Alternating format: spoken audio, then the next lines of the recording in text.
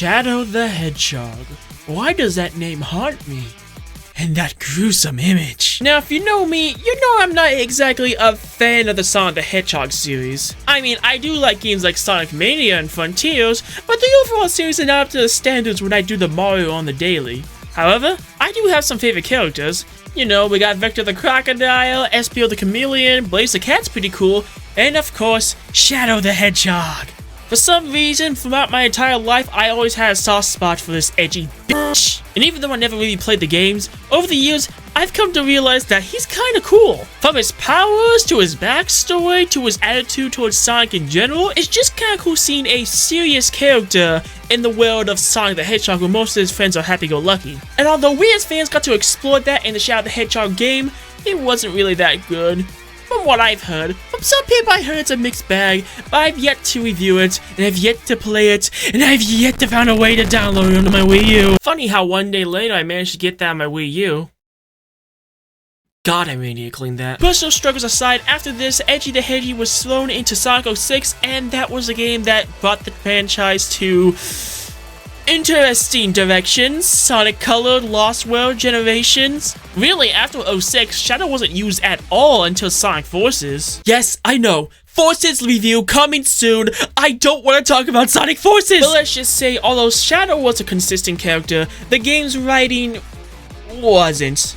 But after how amazing Sonic Frontiers was, but after how acceptable Sonic Frontiers was, fans were a little bit hyped for the next series. But of course, we had to get a re-release for Sonic's and oh my god, they're doing it again. These mad lads at Sega not only had the kahunas to re-release Sonic Generations, but they're adding a Bowser's Fury add-on called Shadow Generations. And on top of that, they made the entire year of 2024 the fearless year of Shadow the Hedgehog. Needless to say, my curiosity was piqued as I bought the digital deluxe version of the game, and when it finally came out, did it meet my expectations that I expect when it comes to game quality? Well, I'm Miss Galaxy Cat, aka Slimy the Spectre, and today we're gonna find out. Members of Team Shadow, video game enthusiasts, both old and new alike, want to see this game is worthy of your collection or not? Let's get started!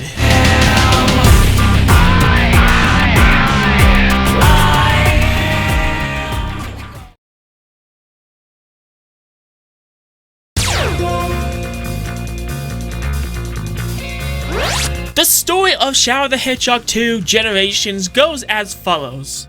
Shadow is aboard the space colony Ark when all of a sudden Gun attacks him. But as the surrounding area soon starts to twist and distort around him, he wakes up attacking a random tree, revealing that it was all just a bad nightmare. Shadow, however, feels like something is calling to him on the space colony Ark.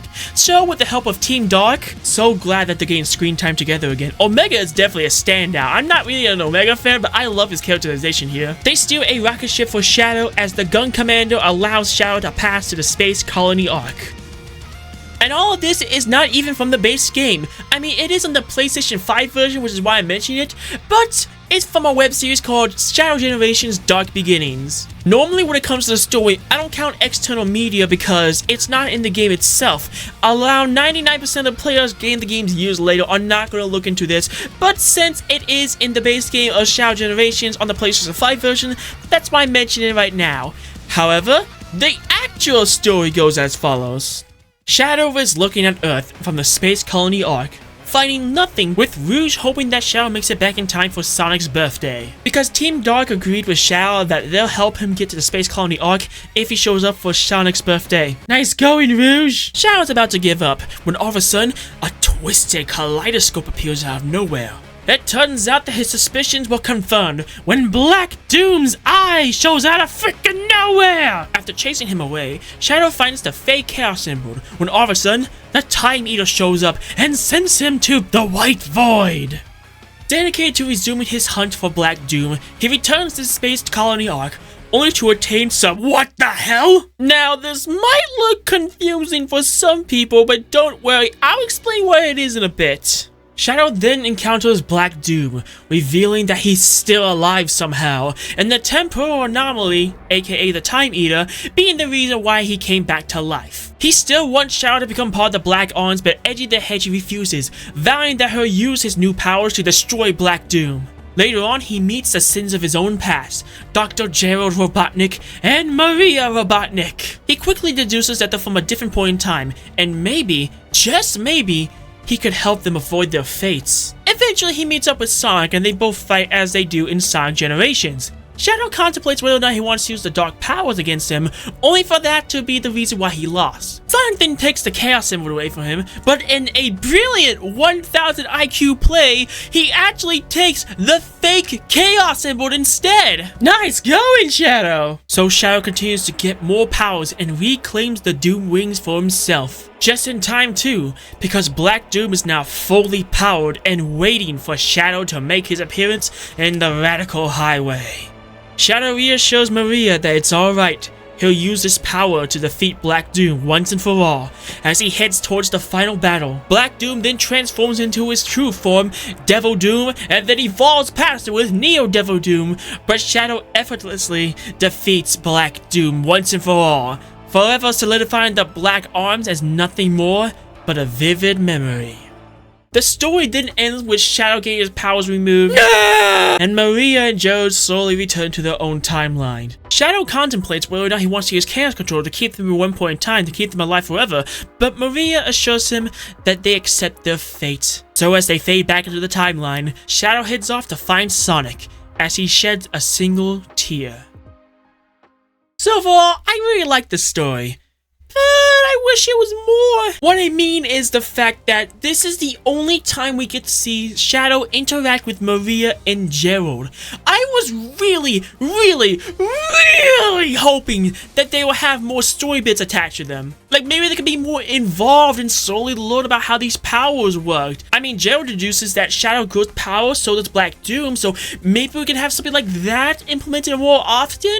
And plus, this is Maria we're talking about here. Shadow's character motivation, his defining trait, and the reason why he sacrifices himself in Sonic Adventure 2. Now, I do like the interactions they have, and the final cutscene almost made me cry, but still, this had so much potential to go inside Shadow's psyche. The closest we get is him wanting to use Chaos Control to keep them in one point in time, but even then, it's just brushed over because of what Maria said. Although I do like the origin story of Shadow's name itself, it brings more meaning than him just being a shadow of Sonic. But then again, this is a Sonic Generation side story, so story's not going to be the focus of the gameplay, but damn, it's so much better than Sonic's story. I just feel like that they focused too much on Black Doom and not much on Maria, where it should have been balanced. I'm stretching for complaints, especially as someone who has yet to play Shadow the Hedgehog, but as someone who's not a Sonic fan, I really enjoyed this story, so I'm gonna give it a B rank.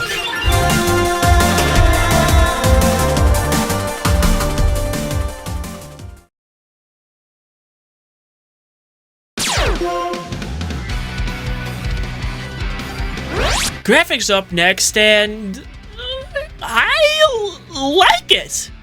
If you remember what I said earlier, you know that I have a problem with Sonic's art style, especially in Frontiers, but this game actually manages to make it work.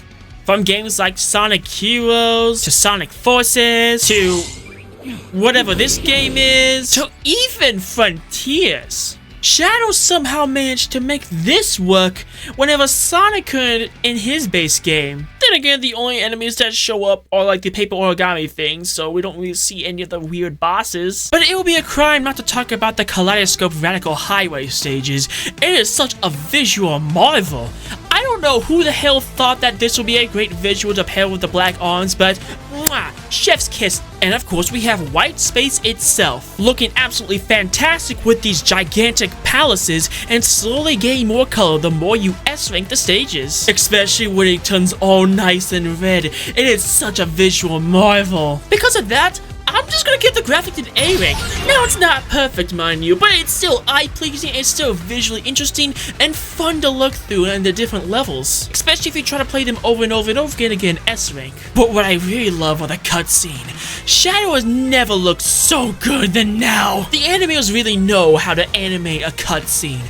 From the beginning to the end. Oh, mwah, absolutely beautiful. If you don't believe me, look at Rouge and Hedgehog Engine 1 and Shadow and Hedgehog Engine 2. That right there, mwah, beautiful art difference. We've come a long way from Sonic Generations.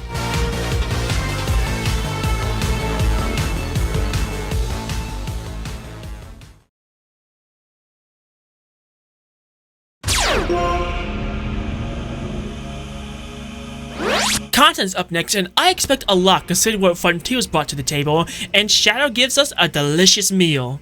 We have over 150 stages to go through, with 15 of them being the main levels that you'll go through, and the rest being challenge acts which are required to unlock boss keys. Inside said acts, you can get some different keys, one of them telling a story, one of them for unlocking music, and one of them from getting concept art. Speaking of, there's over 90 collectibles to get in this game. A majority of them are going to be in the levels themselves, but the gears you collect in the levels can be used to interact with the chests in the overworld to get the aforementioned collectibles I mentioned earlier. You can also collect random bolts for a punchline I'm not going to spoil. And finally, there are 5 bosses. The Bio Lizard, Metal Overlord, I swear to God that's infinite, Devil Doom, and its evolved form, Neo Devil Doom. And I am shocked, nay, I am stunned that a modern Sonic game has this much to do. I've not even done collecting everything in the game at the time of this recording, and I'm only like 20 hours in! Frontiers had a lot to collect in its game, but it's got nothing on Shadow Generations when it comes to generations of collectibles to collect, ranging from artwork to concept art from all types of Sonic media to General Robotnik notebook. Thank God I did not get that physical pre-order. And as a bonus, the music you collect throughout aren't just usable in the jukebox, you can use them to change the music in the level itself, making your S-rank runs a lot more unique than listening to the same track over and over and over again. What can I say except a B rank?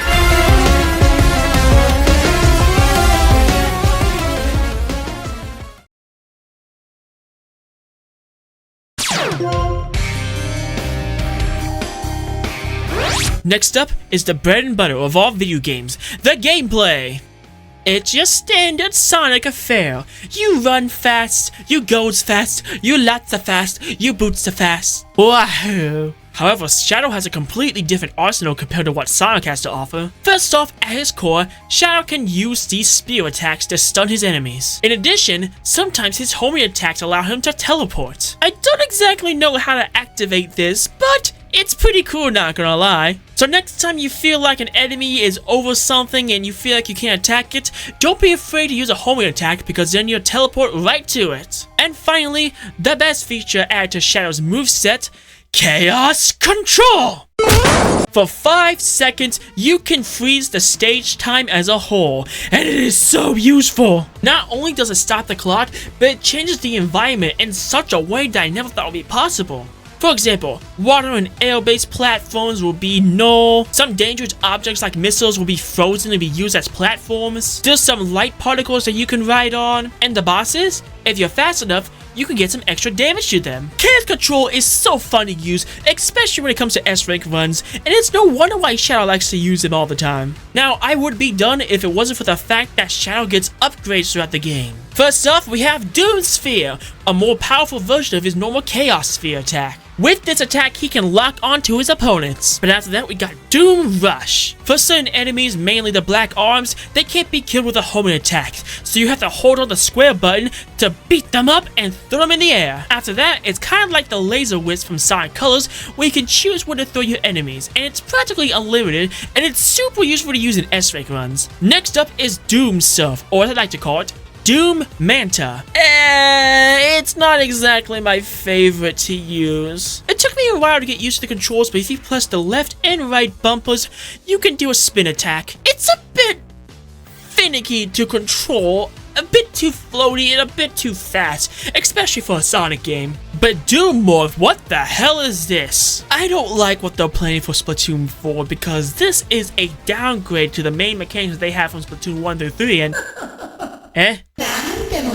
What? Oh, I see. Jokes aside, once you realize how to boost under it, and for those of you who don't know, you just grab onto the morph ball, and right when it's straight under, let go of the thing, and boom, you'll go straight up. It's just finicky to control. Word of advice, don't boost all the time when you're in Doom Squid mode. You're gonna have a bad time is what I'm trying to say. But the final upgrade, Doom Wings, is the perfect upgrade. Originally, you get these early on in the game, but then you don't unlock them until near the end game. They operate like Supersonic, where you're completely invincible and slowly over time, it drains your ring count. But unlike Super Sonic, you can glide with this thing, changing the way you do S-ranks on a stage. So much so, it's on its own separate track, and by the way, you just need one S-rank on like one of the stages, but if you're a maniac like me, you'll get S-ranks on everything. I really love the Doom Rings, they're my favorite power-up to use. Speaking of which, I never talked about how Shadow controls. Like butter. Bye bye Sonic Frontiers, hello Shadow Generations. Shadow controls how I wish Frontiers controlled. Now, he's a bit fast most of the time, especially when you're holding on the boost button, but overall, you go left, you go left, you go right, you go right, he responds like a good boy. Unlike in Frontiers, going through the stages, Shadow did not feel like a finicky mess, he felt like an actual character to control. You listening, Sonic? Every time I failed again in S-rank or I fell off the stage, I didn't feel like it was the game's fault, I felt like it was my fault. And Sega, I got something to say to you. Please, please, please keep the formula of Sonic like this. A nice, good open zone hub area that you slowly unlock throughout the game, and then the boost formulas like this. I'm telling you, man, if you guys did that, if you guys actually tried doing that, you would get the big bucks right here. I'm going to be too generous when I say this, but I am going to give the gameplay an A rank. Was so close to getting an S rank, but I feel like that some of the upgrades just felt like a side thing. Now, don't get me wrong, some of the upgrades are integrated into the stages pretty well, but I feel like they should have been fleshed out just a tad bit more, especially Doom Squid. But still, not bad at all.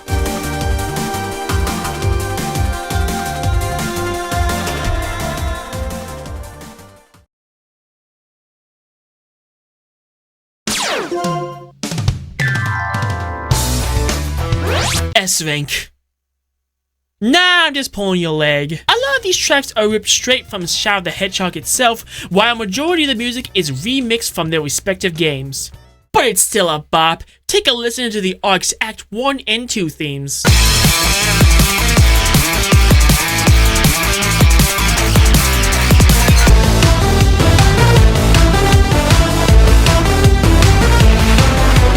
The Bio Lizard's boss theme.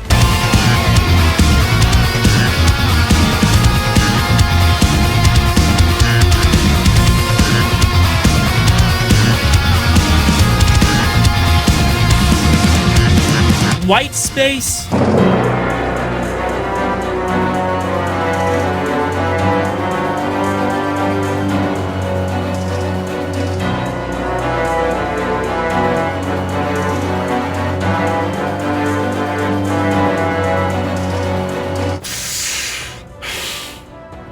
Sonic Forces.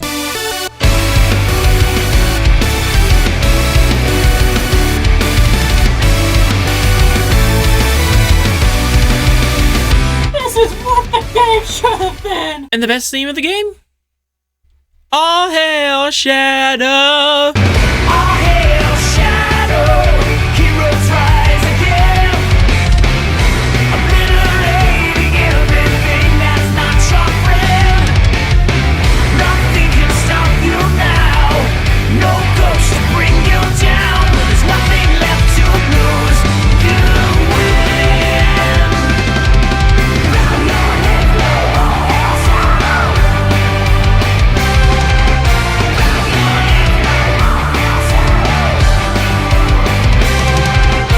They knew it was the best theme of the game because White Space is all hail Shadow but slowed down and more creepy sounding. It's all a bop, it's all a banger, it's all getting an A rank! It's never over, just another day!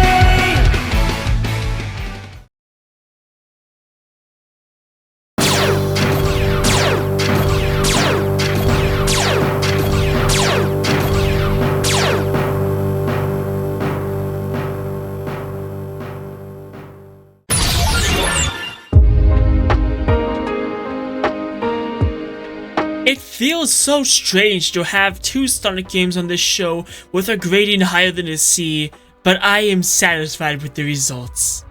Honestly, going into this review, I expected this game to be a B rank, but the fact that the game came out to be an A rank really shows the quality in this game. From the collectibles, to the levels, to Sega finally giving a damn about Shadow. I had to do at least one of them uncensored. It's Shadow the fucking Hedgehog, for crying out loud. As someone who's not really a Sonic fan, I enjoyed what this game had to offer. And it showed me that Sega learned what worked and didn't work in Frontiers and pushed it into Shadow Generations. And if they could go forward with this formula and perhaps even evolve past it, something tells me that the Sonic the Hedgehog franchise is going to be fine for a long time. Now, unfortunately, because I have not reviewed Sonic Generations yet, and I plan on saving that for a future Let's Play, I will not be talking about whether or not this improves that game's grading. But whenever I get around to reviewing that game, I'll let you know. But until then, I'm Slimy as Mr. Galaxy, and this has been my review of Shadow Generations. Do you agree with my thoughts or do you disagree with my thoughts? Let me know in the comments down below. But either way, peace out, members of Team Shadow. Please remember to stay catty, live life your own way, stay safe during trying times. I'll see you all in our castle. Until next time, adieu everybody.